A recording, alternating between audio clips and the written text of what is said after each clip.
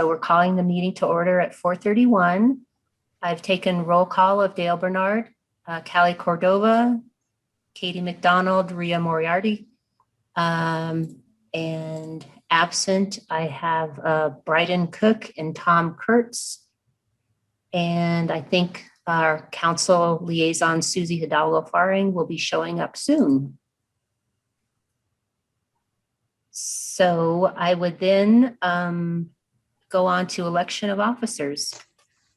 Madam Chair, I would like to nominate as a slate, as it were, Bryden Cook as chair of the board for the coming year and Rhea Moriarty as vice chair. We have a second to Dale's nomination. I'll second. Seconded by Callie. All in favor? Aye. Aye. Raising your hands. I'll abstain since I'm on the slate. You can't. Thank you. You And can't I'm abstain. Don't we need her vote for a quorum?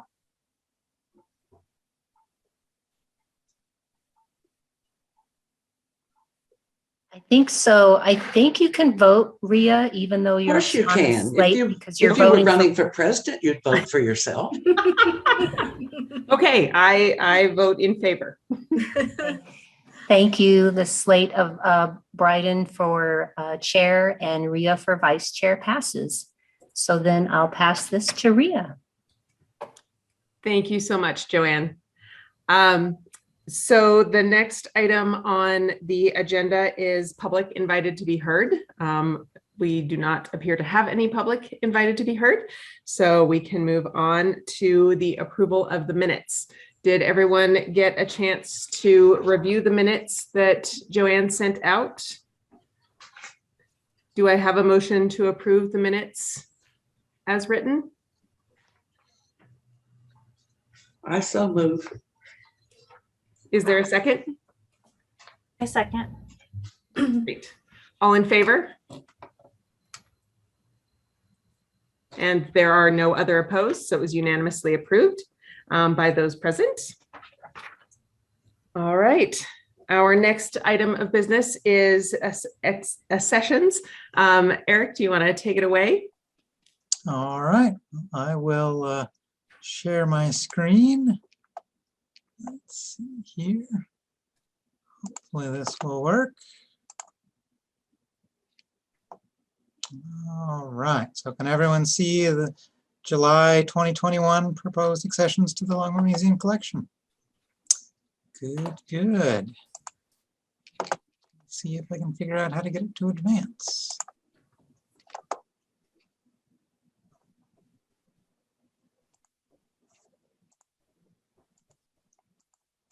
I'm using a different computer. My apologies for the technical delays. Let me try a different approach.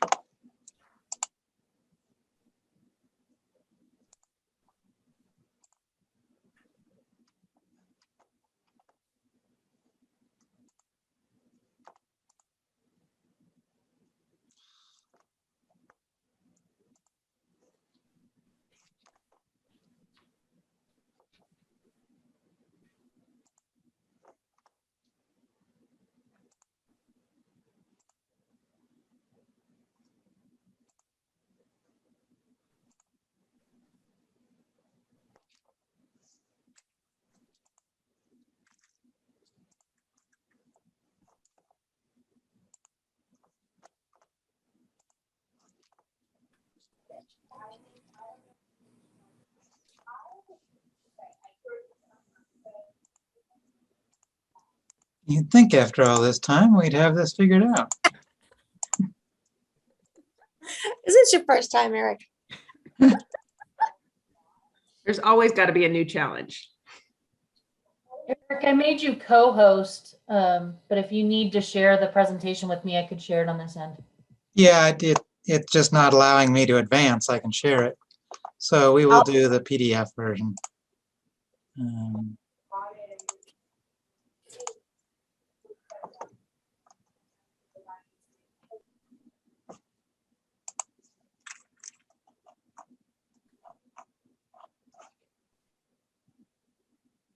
Okay, this is weird.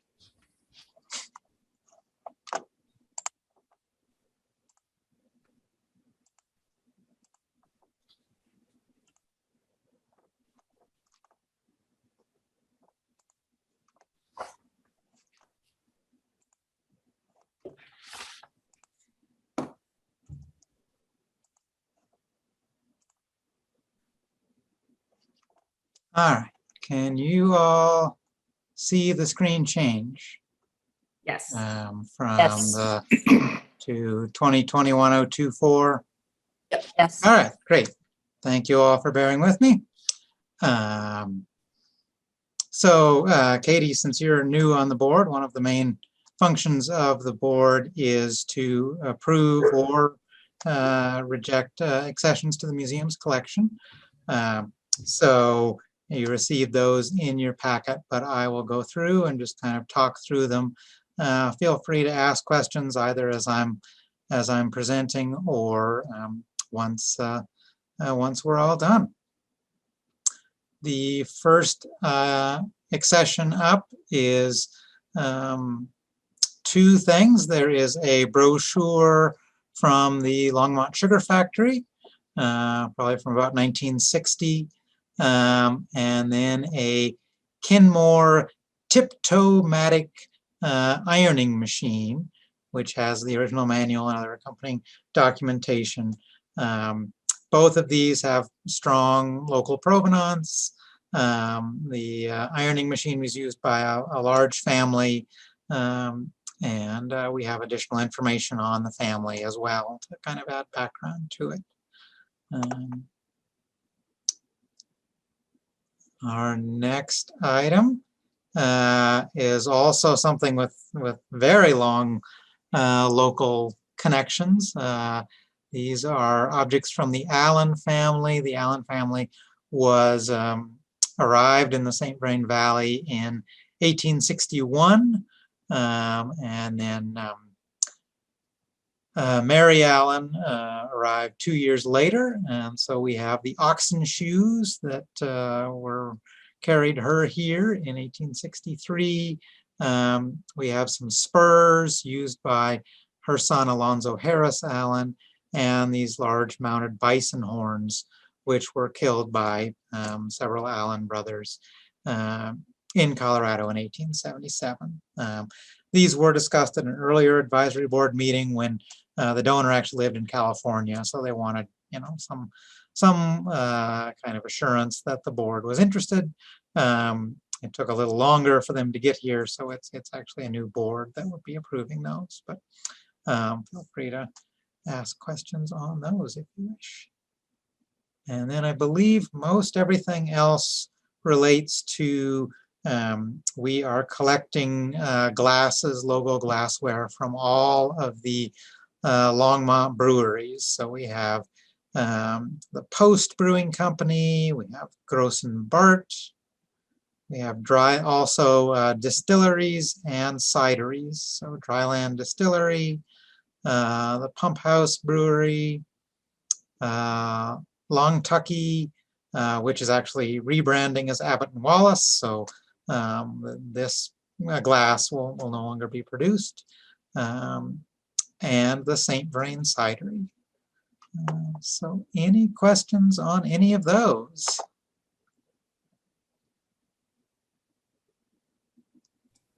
Were we able to get ones from every brewery and distillery that you were hoping to? I am still waiting. Outworld Brewery, which is one of the newest ones in Longmont, is still waiting for their logo glassware. So they've promised me that we'll have it before the opening. So I'm hoping that is right. So that's the only one we're still missing.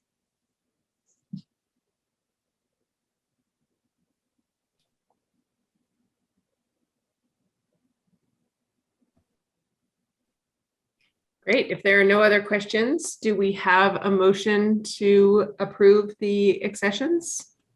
I will stop sharing so you can see Okay. everyone. A motion from Tom. Is there a second? All in favor of accepting all accessions as proposed? Great, that's unanimous. Fantastic. Thank you, Eric. Thank you for all your hard work on getting the full collection of glassware. That's a lot of legwork to contact all those breweries. There are a lot of them. Yes, Distillers, indeed. I cideries. didn't even get to sample their wares when I was doing it. So That's unfortunate. All right. So our next order of business is reports. So Kim, would you like to give the report for the museum director?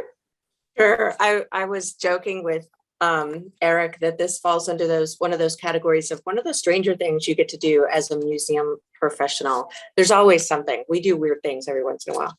I just want to say real quick, Katie, welcome to the board. We're so glad to have you. That's the piece I missed. I was supposed to invite Katie to introduce herself and have us all introduce ourselves to Katie, and I totally missed it. You want to do that real quick? We can do that real quick.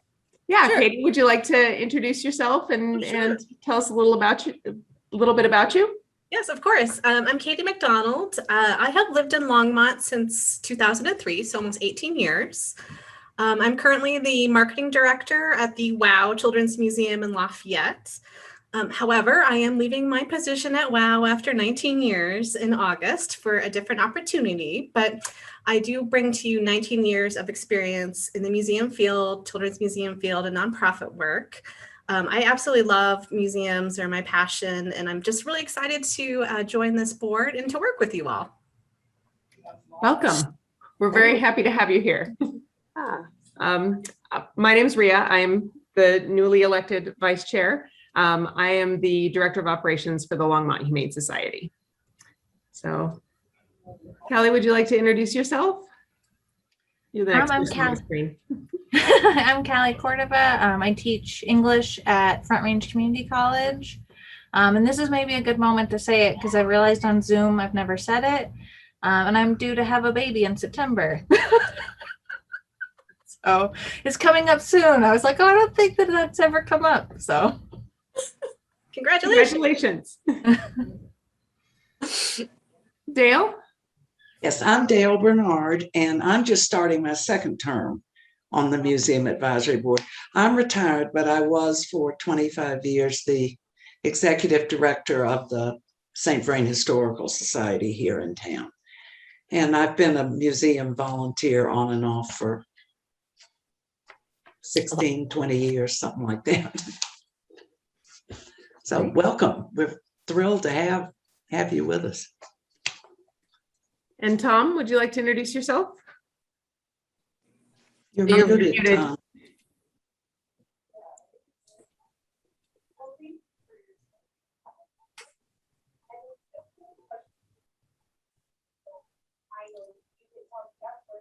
There you go.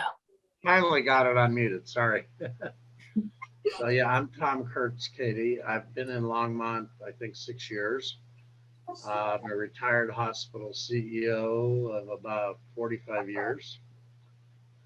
And belong to a number of community organizations where I volunteer some time. And I've been on the board since last summer at this time. Perfect. Thank you, everyone. We'll kick it back over to Kim for her report. Thank you. And Katie, I'm the director here at the Longmont Museum. So this is kind of a pretty typical agenda that Eric talks about the accessions to the collection, and then I give a report. And this is actually a pretty long report. And so I probably won't read every single entry, but certainly if you have questions or if anybody has questions, just let me know. And I'm happy to dive deeper into anything. So one of the things that the board has been working on for several of our last meetings is working on a land acknowledgement statement. And so this is a statement that was approved at the last city council. Well, let's see. Now I'm going to lose track of time, but I think it's 2 Tuesdays ago that they approved the land acknowledgement statement. And essentially this came up as a result of the work that Eric was doing on the Longmont 150 exhibition.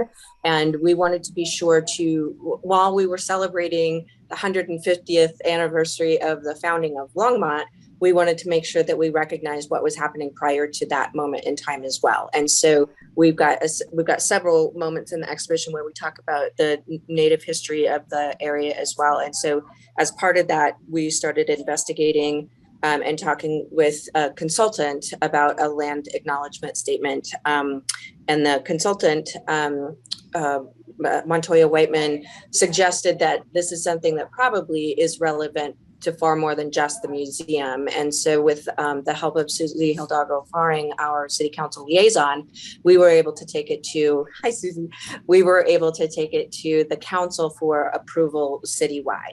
And so that was adopted with very, very minor changes. And so we'll need to work through kind of how we use this going forward. But I think that it was a really, a meaningful thing that the council approved this as a sort of citywide recognition of the history of this land. So we're feeling really very, very good about that accomplishment. So thank you very much, Susie, for helping us ferret that along. We are also wrapping up the work that we've been doing with our interpretive plan. So we should be having that in hand very soon. And then we'll be happy to share that with you all when we have the documents in place. And basically, I've talked a little bit about that before, but this is a plan that really helps guide some of the decisions that we make about exhibitions or programming, essentially really helping us define thematic goals of the institution.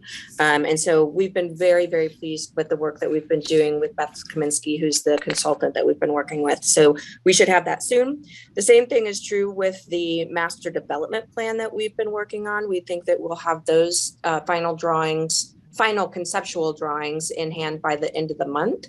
And so I include the results of the survey that we did as part of the public outreach, as well as one of the drawings. And so you see our architect had 3 different plans, a site plan and a floor plan for each iteration.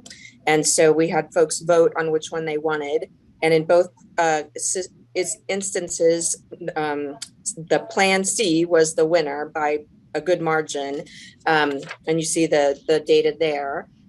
So the floor plan C that we included in the packet is the one that the architect is working on. So you'll see that the data that we were able to collect with our architect really didn't make it a smart choice to add the 500-seat facility to the building. That basically what we're looking at, and we'll get final numbers soon, but just a quick brush at this, we were looking at about $11 million price tag for the museum expansion, about a $9 million price tag for the 500-seat facility. And then because of the 500-seat facility, it required us to do a parking garage as well. And the parking garage is probably 10 to 15 million. So given all of those numbers and the reality that it would be very difficult to have events taking place in both performing facilities at the same time, the city manager he was like, it doesn't make sense financially to be able to do this, that we wouldn't be able to be maximizing revenue if one performance space is shuttered anyway. So it just didn't make a lot of sense financially to pursue that in our master plan. So that is no longer on the docket for what's going to be happening in the final drawings that we'll receive. So we will share those with you. Dale, did you have a question? Yeah, I have a quick question because I spent a lot of time going back and forth online looking at these, and finally I got smart and printed them out so that I could, without shifting screens. I'm wondering if the fact that the auditorium was there, I mean, I know it was in one of the other ones too, but I mean, whether it had an effect on the vote. The vote. I mean, because I'm not sure that the plan, I mean, I think the plan without the auditorium is fine, but I'm not sure that might have been my first vote for where the entrance was or that kind of thing. I just wondered if you felt it affected it. You're probably right. And we did get a lot of feedback that that clearly demonstrates that people are in support of a performing arts space. The thing we didn't ask, and the thing that I want us all to be clear-minded about, is we didn't ask, are you supportive of a performing arts space at the museum or just in general? And I kind of wish that we had asked that question so that we understood the data collection better. But clearly there is a lot of community support for an additional performing arts space than the Stewart Auditorium. So how that plays into the actual plans, you may be right that it would have been different if we had, for instance, 3 plans that none of which had. None of them had, that's what I meant, if none had an auditorium. Yeah. But what I would say also is that there still at this point, these are conceptual plans. So I don't want anybody to get too married to any of the details, because now that we've got the conceptual plan and we will have the costs associated with that, the next step is for us to actually hire an architect that will do the final plans. And so there's going to be a lot of work between what we have now and what ends up being the final plans that will get built. So I wouldn't be too concerned, because I think there's still plenty of opportunity, even after we get the final plans, for things to change. Okay, thank you. I just had Thanks that for question. Yeah, go ahead, Katie. So just quick questions, just so I can kind of catch up. When are you anticipating work beginning on this, and how is it being funded? Those are 2 great Yeah. questions. So what we are looking at is that we've been working for several months now with an architect who has been doing essentially this master planning process. And the goal behind that really is for us to be able to have something to share with donors, right? That we've got costs associated with it. We've got some pretty drawings associated with it, and we would be able to go talk to donors. So at this point, the answer is I don't know, because there are some very interested parties who may be able to help us quickly, or we may have to go into a capital campaign. And so whichever route we take, whatever ends up being the result of our donor conversations, that's really going to tell us what we need to know about how long this is all going to take and when we might be able to look for construction. So that we're hoping to have those drawings in hand, like I said, by the end of the month. And at that point, we'll start talking to donors immediately, and then we'll know a lot more after that. So I'll be able to update you more then. Great. Yeah. Any other questions on the master development plan? I'm looking forward to getting the final drawings, because I think that'll kind of help answer some of your questions too, Dale. And I'm happy to share those with you when we get them. Okay. So you see on the plan that I did share, I wanted to make sure that there was no confusion about the 500 seats. So we X'd those off of those drawings, and we will continue to work through some of those things as well. And then going on to the development section of the report, we had a great closing reception for Enduring Impressions on July the 11th. And since we weren't able, because of COVID, to have an opening reception for that, we were able to have a closing reception, which was really lovely. We had the lenders to the exhibit, the mowers were both there, and they were very excited to talk to folks about their collection. So I think it was a very warm and fuzzy exhibition, and the guest curator was there to thank a lot of people as well. So it was really a nice exhibition closing. And we don't usually do that, so it was a nice opportunity. Another really nice thing that we learned just recently is that we received the funds for the Shuttered Venue Operators Grant. So that's part of the American Rescue Plan Act, and we were in recipient of $160,000. And man, they turned that thing around like that. We've already got the money, so yay for us. So we'll be using those for basically for auditorium expenses. But it will be a big help for us. And there could be additional funds available through Rescue Acts. So we'll continue to explore those as well. As you guys know, Megan Peters is new to the staff. She's our new fund development manager, and she's been very, very busily writing grants and writing reports for grants. So we've not let her breathe yet. So she's also been working on an IMLS American Rescue grant, and that's going to be to help with the cost of the TP to Tiny House exhibition that we've been working on. So that's $46,000. We've also been working on grants for the project that we're working on with a collaboration with the Boulder Museum of Contemporary Art. So that'll be a National Endowment for the Arts grant. And then we've also got another grant in the work for American Recovery Act NEA grant, and that's to hopefully fund a term limited position. What we're talking about for that grant proposal is that it would be a public, now I forget the title of it, but essentially it's a public outreach curator that we would be able to essentially have a dedicated curatorial position that would work with community members to have underrepresented inclusivity conversations where we're basically going out to the community to bring stories into the museum. And we actually have a really, really great track record for that already, because what we typically do for almost every exhibition we do is that we pool together a community board, advisory board that helps inform exhibits that we work on. It's super ad hoc.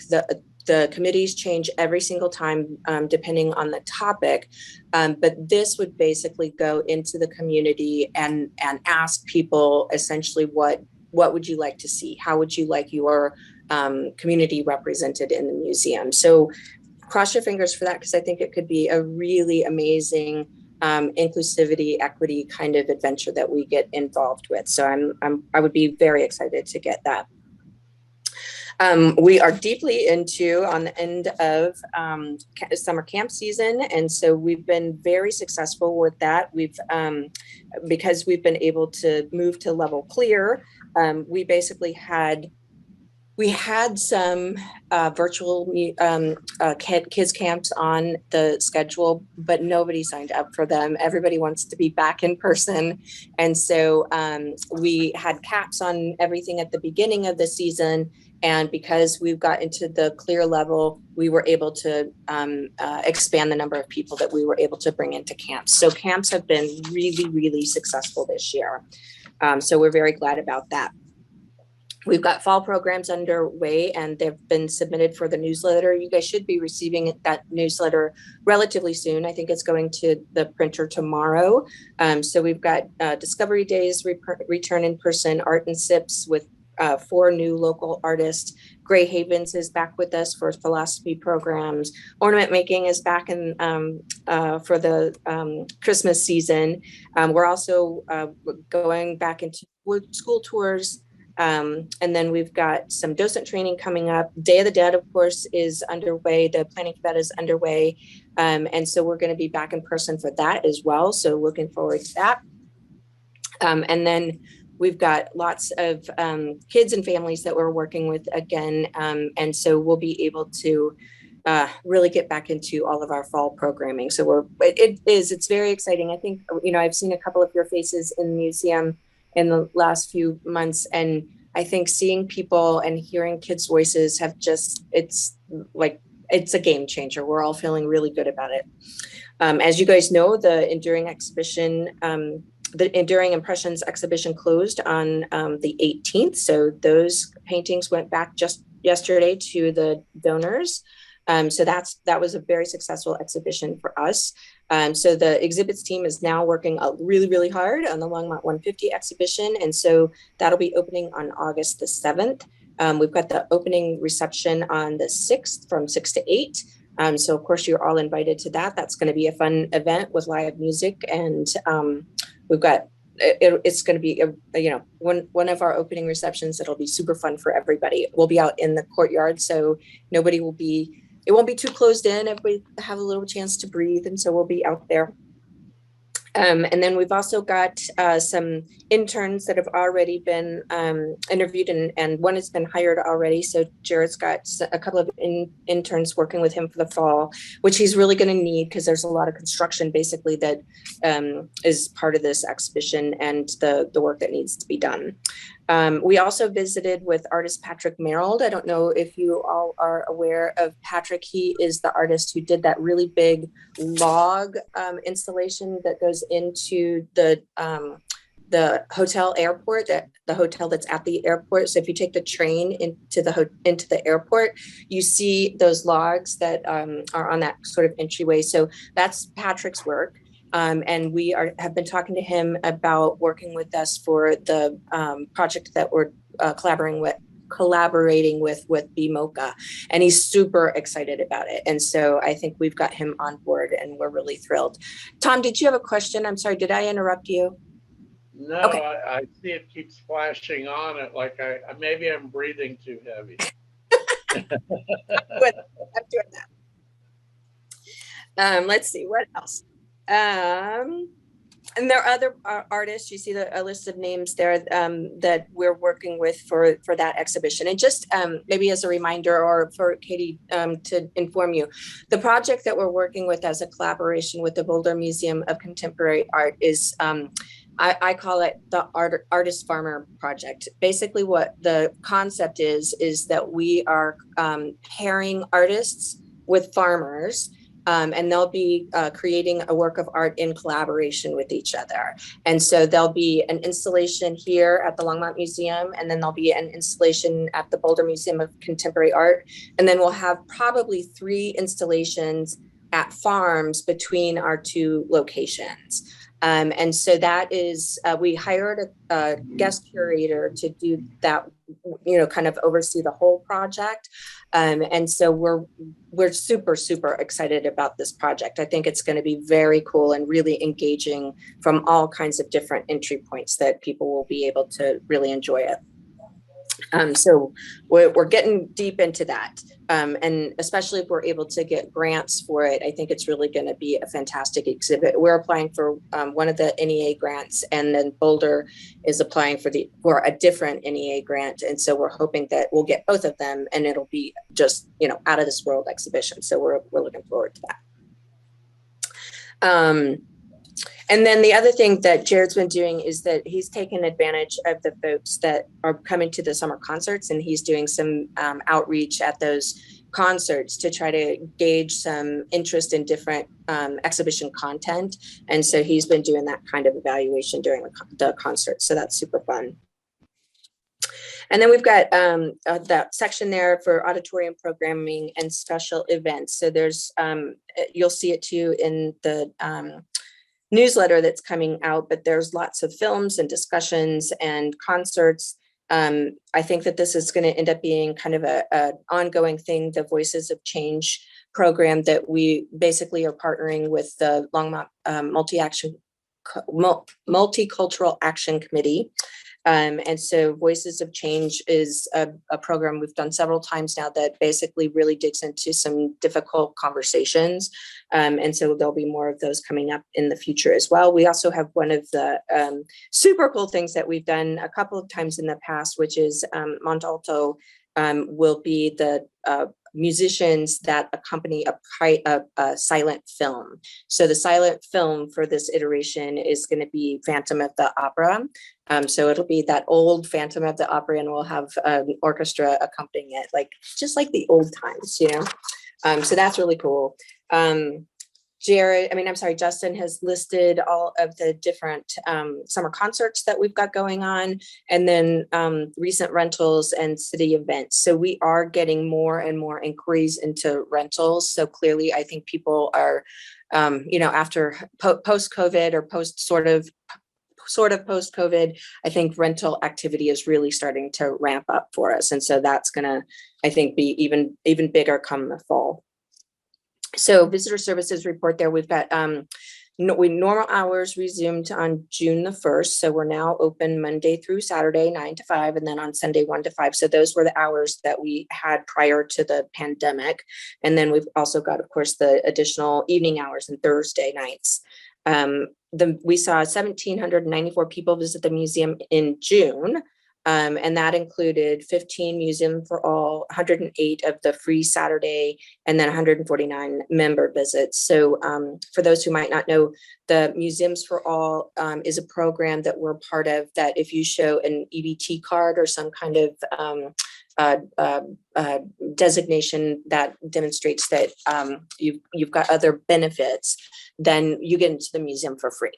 And so we're part of that program, and we do get some members showing up for that. So that's always really nice to see.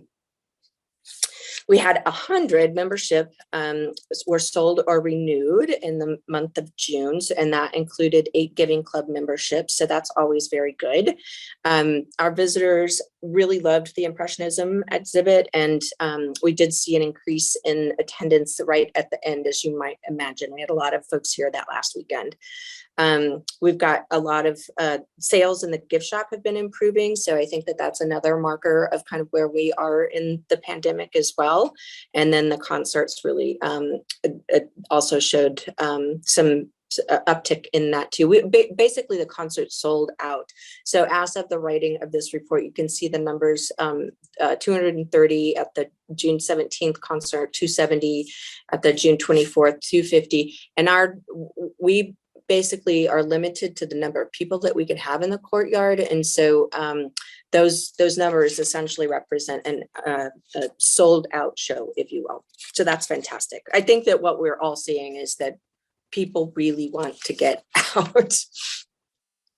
And then the last section now, we've got art in public places. So Angela's been working really hard on the Art on the Move program. So six artworks were de-installed, and then 6 new artworks were installed. So for those who might not know, the Art on the Move program is a 1-year loan program. And so we have, there's a call to artists involved, and a selection. And so there's a 1-year cycle that we do an installation in various places around town. And then those sculptures go back to the artists, and new sculptures are placed in sometimes the same place, but sometimes in different locations. And so that's always a really fun sort of change around to see the different sculptures that get installed. And there are some 2D works as well. I think this year really showed an elevated level of quality that we've not seen before. And so we were really, really glad. There's a lot of nice artworks that are part of the Art on the Move this year. Shock art, we've got 35 models that were collected and on display at the Old Town Marketplace. And so the voting for that was July the 10th and ends on the 24th. So you can either go to Old Town Marketplace and vote, or you can do it online. I think if you go to the website, you can find it through Art in Public Places as well. So you can vote on your favorite, and then those are the artists that get commissioned to paint those boxes around town. And then Angela's also been working on a workshop that she held in order to move their strategic planning forward. And so that happened a couple of weeks ago and was facilitated by a pretty well-known sort of change maker, if you will. His name is Brian Corrigan. And so he facilitated this really great conversation that basically talked about, instead of just art in public places, talking more of it in terms of creative place making. And so that's really where things are going to be kind of moving in terms of art in public places, is that it's more than just, kind of plunking an artwork somewhere, but to think about it much more holistically, and thinking about that in terms of creative placemaking and all that it sort of implies, because there's also economic benefits to that, and so on and so forth. So I'm very pleased to see the planning that's happening in art in public places. And she included a couple of installation shots. So you see that on the last page of the report there. So that's kind of fun as well. That was super fast. Anybody have any questions for me? Okie doke. Thank you, guys. Great. Thank you, Kim. Sure. It's exciting to see everything going back to normal, or back to the new normal, or whatever that looks like. So the next item on the agenda is the report of the chair, since the chair is not here, and I don't have a report. There is nothing there. So up next, we have a staff presentation from Anne. I don't know, Kim, would you like to introduce Anne? And Sure. So hi, Anne. Anne Macca is our curator of education. And again, for those who might not know, what we try to do is have a staff member do a report as often as we can, monthly-ish, to give you more of a sense of what's going on in the museum and give you an opportunity to meet folks and ask questions. So Anne's going to talk to us about what's been going on in education as if she hasn't anything else to do. No camp or anything like that. Well, hello, everybody. My name is Anne Macca. Like Kim said, I'm the curator of education. And since I don't know any of you, I thought I would start by just filling you in on my background, who I am, where I came from, how I ended up here, and then tell you a little bit about what we do in the education department and who my team members are and all the great work we're doing right now and in the near future. So I am a local. I was born in Boulder on July 22nd, which is tomorrow. And I was kind of born and raised in the mountains right outside of town. So it's sort of a free range, wild childhood, not a lot of rules, no TV, lots of hand tools and power tools and trees and wild places. So it was pretty fun. When I was in high school, I decided that I didn't want to go to college. So I studied cosmetology, hairdressing as a high school student. And then I was able to graduate a year early. So I worked as a hairdresser in a fancy salon in Boulder for about a year, and I really hated it. I had kind of went down that path because I loved making art and sculpture. And do you guys, if you've seen the movie Edward Scissorhands, please raise your hand. Yes? Okay. I wanted to be Edward Scissorhands. You know how he trims the hedges and like does the crazy hair? Like that's what I wanted to do. It's not what you do at a fancy salon in Boulder. So I quit pretty quickly and saved up some money working at a coffee shop and traveled around Europe with a boyfriend and did this and that until I decided I should probably go to college.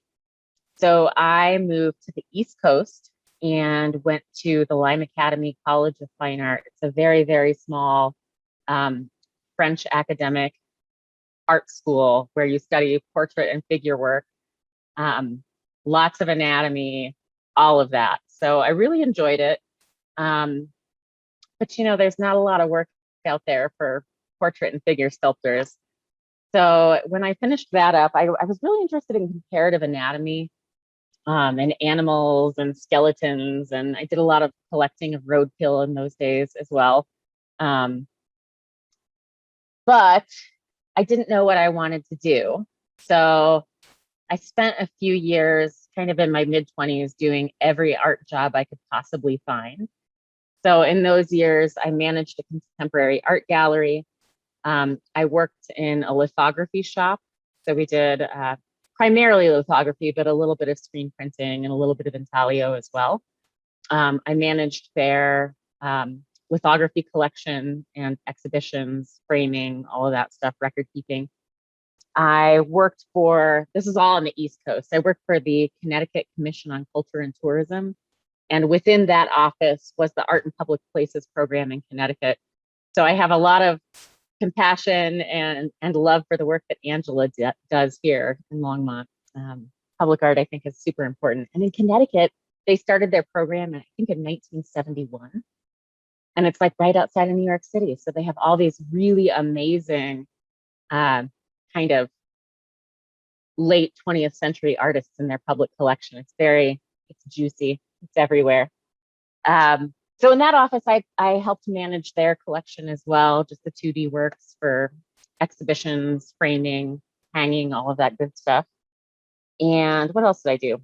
I was still pursuing my own art at that time. So I had a few, lots of different gallery exhibitions and a few museum exhibitions. And I went to lots of artist residencies. So I'd kind of go back and forth across the country to different places that would pay me to be there for a while, and that was fun. I was so lucky. So those were the days when I had like 8 jobs all the time. I don't have that kind of energy anymore. I'm really grateful that I have one job now. So when I was in Connecticut, I started teaching art in a public school, middle school. So my students were 6th through 8th grade, and it was probably the worst job of my life. I've got to tell you, I had a horrible time when I was a student in middle school. It was just really traumatic. And so going back to the classroom, I don't know what made me think that was a good idea. It was a terrible idea. But I feel like I was super fortunate because at the same time, I was teaching art, visual art in a community art center. So both populations were very low income, very high needs, super at-risk youth. But the experience was so dramatically different between the regular public school classroom and the community art center, where all the kids who were there chose to be there and were really motivated to be there. And I worked there, I think, for 4 or 5 years. So I got to see some teenagers grow up and go to college and kind of help them get their start in life. And that was really inspiring. I don't know, it just made me feel good. So I found out I love teaching, but I hate middle school, and I don't ever want to teach in a public school, probably ever again if I don't have to. But again, I'm so grateful for that because it let me know that I do love education and I love art and I love working with people, just the setting needs to be right. So eventually I got tired of having 1,000 different jobs and hustling this way and that. So I decided to go to grad school. I studied sculpture at Alfred University, which is like Western New York State, maybe 2 hours from Buffalo and 2 hours from Rochester. It's kind of the middle of nowhere. It is cold and dark, and 2 years was enough for me. At that time, I thought maybe I'd want to be a university art professor, but that whole grad school experience sort of soured my feelings about that. So while I was there, I got really interested in dialogical artwork. So is anybody familiar with dialogical artwork? No, probably not. So the purpose of that kind of artwork is not that you make an object and then that object sits on a pedestal somewhere. Anything that's sort of produced is about dialogue. It's about inspiring conversation and communication and experience. So that was the kind of work I did in grad school. It was sort of the beginning of the tiny house movement. So my husband and I built a tiny house together as part of my grad school project, my final project there. And we also built a tinier tiny house. So it was just, it's kind of about exploring how we live and why we live the ways we live and the choices we make and what's attainable, what's accessible, what can you do for yourself. And I think through that experience, I also started to recognize that what I like best is actually working with people, not necessarily just working with art. I love building things. I love making things, but I really like to work with people most. I like to talk to people and hear their stories and their experiences. I like to try and find ways to connect with people that seem super different from me, but maybe like we have some commonalities. That's kind of what moves me forward in the work I do and what makes me feel good as a person. So I got out of grad school, and again, I was like, what am I doing? I don't know. So my husband and I drove our tiny house back to Colorado. As we passed through Kansas, we were broadsided by a tornado, but our tiny house survived. It was like, didn't blow over, no windows broken, just a lot of hail damage. But we got back here. I think I said I grew up in Boulder in the mountains. While I was away, my parents actually moved to Longmont. So we pulled our tiny house into their backyard. And they're like a mile from the museum. They're like right over here. And just started looking for work. And I was lucky enough to get a job at the CU Art Museum after they got their new building. And there I worked in visitor services and education.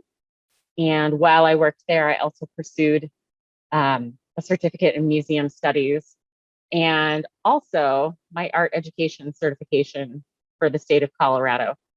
So I get bored easily. I like to do lots of different things. While I was doing all of that, the job for the curator of education opened up here. And 8 years ago, I took this job. This is definitely the longest time I've had one single job. I feel super lucky. The people I work with are all creative and fun. Almost everybody has a degree either in art history, or history. So all the most interesting people that you could possibly know. It's really fun. Everybody here is such a good collaborator. And I think one of the things that's great about my job is that I get to collaborate with my coworkers here, but also with all kinds of partners in the community. One of my newest collaborations, well, maybe not newest. I really love working with the St. Vrain Valley School District's Innovation Center. I have a super partner over there, and she and I work together on field trips. We had a really good program going before COVID hit us, and then everything, of course, fell apart. So we will be redrafting our school field trip program and recruiting new docents and training this year. I don't know what our timeline looks like yet. They've been waiting on a grant to find out if they have what their funds look like and their resources for field trips. So we've every couple of weeks they tell me, oh, we still don't know yet. And that started in April. So I'm crossing my fingers that they're going to know soon, but we'll see. What else do I want to tell you? I feel like I've hit most. Oh, you know what I really want to do next is actually get a PhD in play. Did you guys know that exists? It's so cool. And there are PhD programs that are low residency, so I don't even have to leave my job. So that might be something I do soon. I'm super excited about our expansion plans, the master development plan. I think the thing I find the most exciting is actually the children's gallery. I feel really strongly that if you don't introduce kids to museums when they're young and then keep going to museums throughout their lives, that they're not going to go. I love the WOW. So Katie, I'm super excited that you're here. I love WOW. I think it's such a good museum. I love the Denver Children's Museum. But what is so exciting about what we're planning here is that it will be a dedicated children's gallery, like family gallery, in the midst of other galleries that are not focused at kids, that are visual art, that are history, that are culture, science.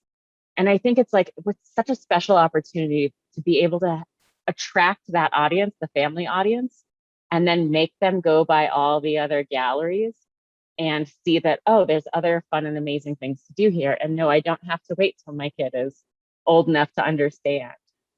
You're just here, you're welcome, you belong. I think that's super exciting.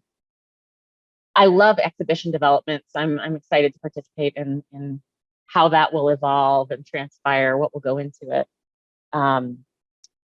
What else? I think that's probably enough. Did I tell you too much? And can I prompt a question for you? Would you describe the equitable access program? Great. Yeah, that was a thing I forgot. That's another thing that I'm probably the most proud of since I've worked here, is our equitable access program. That is our scholarship program that funds full scholarships for kids to participate in summer camps or fall break camps or other kinds of programs. Also for Discovery Days, which is our early childhood program. And I think we really probably started working on it 4 or 5 years ago, trying to find funds for this, because of course the city won't give you money to just do things. You have to find it somewhere. So it's been really interesting to work with Joan and now Megan on fund development for that project. But then also, as we have started to gather funding support for our equitable access program, it's been interesting to see how it actually works. So we use the MIT Living Wage Calculator for Boulder County to determine eligibility. That gives you it's free and reduced price lunch eligibility, you guys, the income level for that is so low. It's intense poverty. And there's a huge gap between eligibility for free and reduced price lunch and a living wage, huge. So our scholarships, you're eligible if you are below that threshold for living wage. And it's just trust. We don't ask for proof of anything. We just trust people that they are honest about what they need, and we want to support them and make them feel welcome and comfortable and not like they have to prove that they are lesser than, or, but what's been interesting is to see who is able to take advantage of our scholarships. So our summer camp program, most of our camps are part day. So it might start at 9 and end at noon or 1 or 2, or it might start at 1 and end at 4, which works for families who have help. So have a grandma or a grandpa who can pick up a kid in the middle of the day, but it doesn't work for people who are working all day long, who can't negotiate some kind of opportunity to pick up their kid. And then, it's hard for working adults. I'm a working mom, I know this. So I think as we move forward, we're looking for options that we can expand our program in ways that make it more accessible to people who, like me, work all day, or just don't have transportation, or how do we meet those challenges that we're now seeing as we move forward? It's been super successful. We've given away lots of scholarship money, and that feels really good. And I think we're seeing a more diverse audience as well, and that also feels good. So I don't know. I would like to see in the future the Equitable Access Project expand towards maybe scholarships for family memberships, which might be a good move when we get closer to having a full-time kids gallery. I don't know how that funding will work, but I think it would be really valuable, just again, like an opportunity to say, like, we value you regardless of your income level, and we think you belong here, and we want you to think you belong here, and we're going to make that possible whether or not you can afford it financially. So I don't know, those are the things I care a lot about. Any other questions? Go for it, Susie. Okay, thanks. So, going back to that equitable access program, are you finding that the people or families that participate in this live closer to the museum, or is it a good mix of people throughout the city of Longmont? That is an awesome question. And I would say it's a pretty good mix. Oh, good. But I would also say, and this is just based on speculation, it seems like the folks who are the most economically disadvantaged who are also participating in this program tend to live closer to the museum. Okay. We have a great partnership with Casa Esperanza, and Vanessa and Michael Lozano have helped us give away scholarships to folks who live there, and they can walk here. So it makes it much more accessible in terms of being able to get your kid here. So we also, I've in the past, I've had good contacts at Boulder County, the social services office for Boulder County, where they have been able to connect me with families and say, this family would like a scholarship, this one. But without those kinds of contacts, it can actually be really hard to hand out scholarships. And the first summer we had the funding from the Dodge Family Foundation, we didn't know until like a week before camp started. So now we start promoting scholarships as soon as we start promoting summer camp. Yeah. But that first year we had the funds, we didn't know. So it was like, we had this like crazy crunch to try and give away all this money. We had no idea how hard that was going to be. Yeah. And so definitely that summer, I carried scholarships in my backpack in English and Spanish. And no matter where I went, like if I was at the park and I saw a big gathering of families, I would just go over and be like, hey, scholarships, give them to your friends, give them to your family, spread the word. Yeah. And what's interesting is like just having the money is not enough. You have to have partnerships to hand it out. And then really, I think for us to grow, we also have to be able to serve people with wraparound or full day programs. Yes. Or maybe even like collaborate with REC or with the YMCA organizations who have more low income families that could maybe bring them to us for part day. Not sure. Yeah. I So love your idea. the reason why I ask is I'm a third grade teacher at Indian Peaks. So yeah, and this is my 17th year in the district, and I've only taught, in St. Vrain in Title I schools. So I teach third grade bilingual. And what I notice is a lot of our families, again, they are only going to where they could walk to, or, vicinity wise, it's pretty close, and to have those wraparound services. So I've done a lot of work with Casa Esperanza and just kind of doing some outreach at Countryside Village, because a lot of our kids live in that mobile home park. And then so what I see as far as inequity in the classroom or in the district or statewide, we are an open enrollment state. The only people who have, so you can basically open enroll your child at any school choice. That's great for people who have their own transportation, they have the means, they're not working, that they can pick up their kids back and forth, because there is no bus transportation. So our students who are free reduced lunch typically are not able to open enroll at the school of their choice. They have to go to their neighborhood school or their designated school.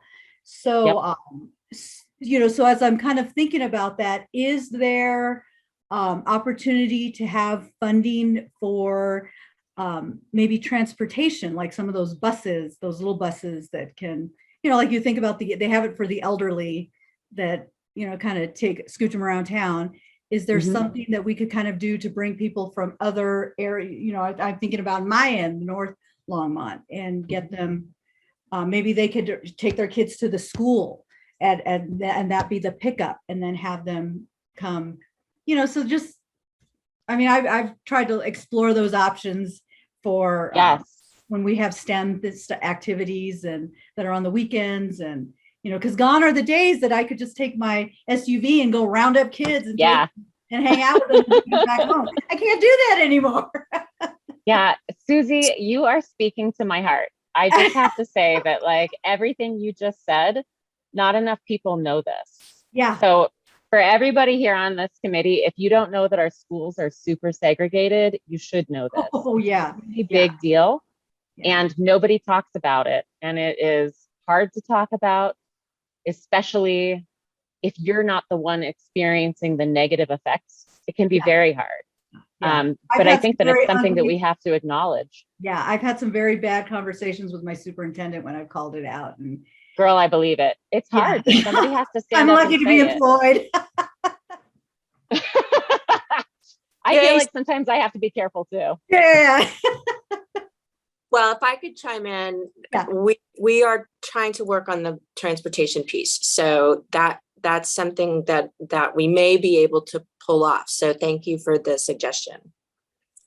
I also just want to say I'd love to have coffee with you sometime and talk about ideas, because I can come up with 1,000 different ideas, but they're not always the right idea. And I don't always see the pitfalls, and other people's ideas are always good. So I would love to get together sometime if you've got some free time and talk about what we've thought about trying and what other things maybe we haven't thought of that you have thought of. That'd be great. Yeah, no, I'd love to. And thank you for teaching third grade. Yeah. Of course. I love those little guys. They're cute. They're still cute in third grade. They're not mean yet. I taught mostly. 5th grade. I taught 5th grade. And people who teach middle school, they're a whole different breed of human being. And thank God for them. Yeah. I couldn't even Those handle my people. own kids when they were in middle school. I was like ready to ship them off for 3 years. And it was like, come back when you resemble a human. So that school that I taught out, there were 2 teachers that were like my role models, and one was horrible and one was amazing. And I was really afraid I was going to turn into the terrible lady. That's why I had to leave. I was like, nope, I don't want to be her, but that's where I'm going. That's awesome. Okay. Well, thank you for your work. Yeah. Hey, anybody else have any questions or just want to tell me something exciting about yourself? Katie, I'd love to meet with you sometime too and just hear a little bit more about, have you been in other children's museums? No, just WOW for 19 years. Wow, 19 years at WOW? Yeah. But I am leaving my position there, but we struggle with equity and accessibility as well. So we can certainly talk more about that. Yeah, I would love that. Did you work with Heather, who came from here to there? Yes. Isn't she terrific? Yes. Sure did. She was awesome. Oh, what are we doing now? Summer camp is finishing. We have 1 week left. I've been squatting downstairs as an office for the past year because it's quiet, but now I have to move back upstairs. So at the end of camp, I'll be moving my office, and Lee and Courtney, my teammates, will also be moving our offices back up to the office. Discovery days will be back in person. So if any of you have young ones in your life, like 2 to 6 year olds-ish, Discovery Days is a super learning together, school readiness, art making program. It's just so much fun. So if you can come and you want to, or if you know someone who would like to have Discovery Days in their life but can't afford it, we have scholarships for Discovery Days. Again, it's a weekday, daytime program. So there's a limitation ahead of us right now. But if you know somebody who could benefit from a scholarship will cover the whole season for each child. And that's 1 visit a week to come and do crafts together and learn and play and have a good time and talk to other caregivers and parents and make friends and all that good stuff. So we're coming back in person for that. Day of the Dead is one of my big projects every year. So Day of the Dead is swiftly approaching, and I feel like a deer in the headlights, but I'll be ready. School tours are ahead of us again, and we'll be developing some new stuff and looking for docents, especially bilingual docents. Those ones are especially hard to find. So spread the word. What else? I feel like that's everything-ish. Thanks, Anne. That was fun. Thank you, Anne. That was amazing. You do a lot and have done a lot. So we appreciate all your work, especially with the children. It is very important to get them engaged early and often. So it's very important work. Thank you. It was a pleasure to meet you. All right. So moving on, old business. I am not aware of any old business. Does anyone have anything? I think with the land use acknowledgement being accepted, I think that was the last of the old business that we had sort of floating out there in the world. So as far as I'm aware, there's nothing else. Okay. And I am not aware of any new business. Joanne has new business. Right. So this is this is your first meeting of the term cycles. And so I think, again, we do need to, I'm sorry I didn't put it on the agenda. We do need to just restate where our agendas are posted and restate our meeting dates and times. So if someone wants to float a motion, just for an example, that we will still post agendas online at the Civic Center and at the museum. And if at your pleasure, if you'd like to continue to meet on the 3rd Wednesday of each month at 4:30, we should maybe make that part of the record. Oh, Dale, it looks like you're muted, Dale. Dale, you're muted. I move what Joanne said. Sorry. Okay. Do I have a second for Dale's motion? Tom?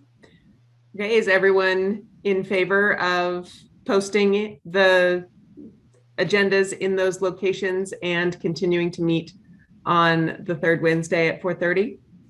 All in favor? Great, that is unanimous. There are no opposed. All right. And since Joanne has turned off her camera, I assume that is the only bit of new business. Correct. Thanks. Fabulous. All right. Should we discuss our next meeting and whether we want to do that in person? Is everyone at a point that they would be willing to meet in person for our next advisory board meeting? We typically, before COVID, we met right here in the museum, Wednesdays at 4:30. And I think we're at the point in terms of all clear from City Council that we could do that if you are interested. I don't know if that needs to be a motion. Joanne, does that need a vote or is that just an agreement? Gosh, I'm not sure. Don't know either. A motion won't hurt. Yeah, As an agreements or a consensus, something like that. we if anybody has any reservations, we AIPP, and I think other people are doing this too, that they came up with a system where at the door to the meeting there is a pile of red, green, and my brain is a little bit fuzzy right now, red, green, and yellow dots. And if you wanted to put one of those dots on yourself indicating that if you're green, handshakes, hugs, everything is cool with you. Yellow, you're still trying to keep your distance. And red is that you're continuing to mask and be cautious. That seems to be kind of did I say all that correctly? Angela, go ahead. Yeah, but I was just going to say that for clarification, I do think that you need to make a motion for at the very least like your next meeting, because if we as commissions and boards go back to being virtual all the time, there's something that has to happen within the city attorney's office. Bylaws, right? There's I think it's related to open meetings and access. I'm not sure. So AIPP did just for August, and then we're going to continue to reassess. So, okay. Thank you. I appreciate that.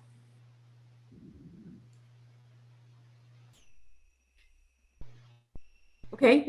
Does anyone have any comments about that? Do you feel like we should have a discussion about it, or does someone want to make a motion? I am comfortable meeting in person. Especially with the precautions that Kim mentioned, with people being able to very easily and visually state a preference for interaction. Anyone have any comments or thoughts?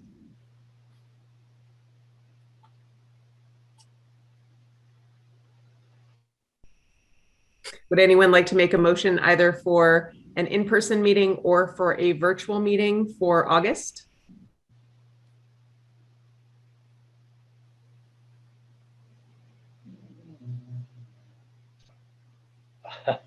Okay. Just to move, just to get it going. I move that we resume in-person meetings at the museum based on the precautions that Kim has mentioned. Okay, fabulous. Do I have a second? Dale? Great. All in favor? Okay, that's unanimous. So our August meeting will be held in person at the museum on the third Wednesday of August at 4:30. It'll be so nice to see everyone. Yay! Fabulous. Will that be upstairs in the conference room or in a classroom? I think we'll probably do it in the classroom so we have a little more space. Okay. Yeah. That's perfect. Thank you, Kim. Just give us an opportunity to spread out. Okay. Terrific. It'll be good to see you all. Yes. All right. Any other board comments? Okay. Do I have a motion to adjourn? Rhea, I just want to say you did a wonderful job of running the meeting. So thank you so much for stepping in tonight. I appreciate it. Thank you. I'll motion to adjourn. Great. Thank you. And is there a second? Thank you, Katie. All in favor? Perfect. We are adjourned. Good night, everybody. Have a good night. Thank you. Bye. Thank you.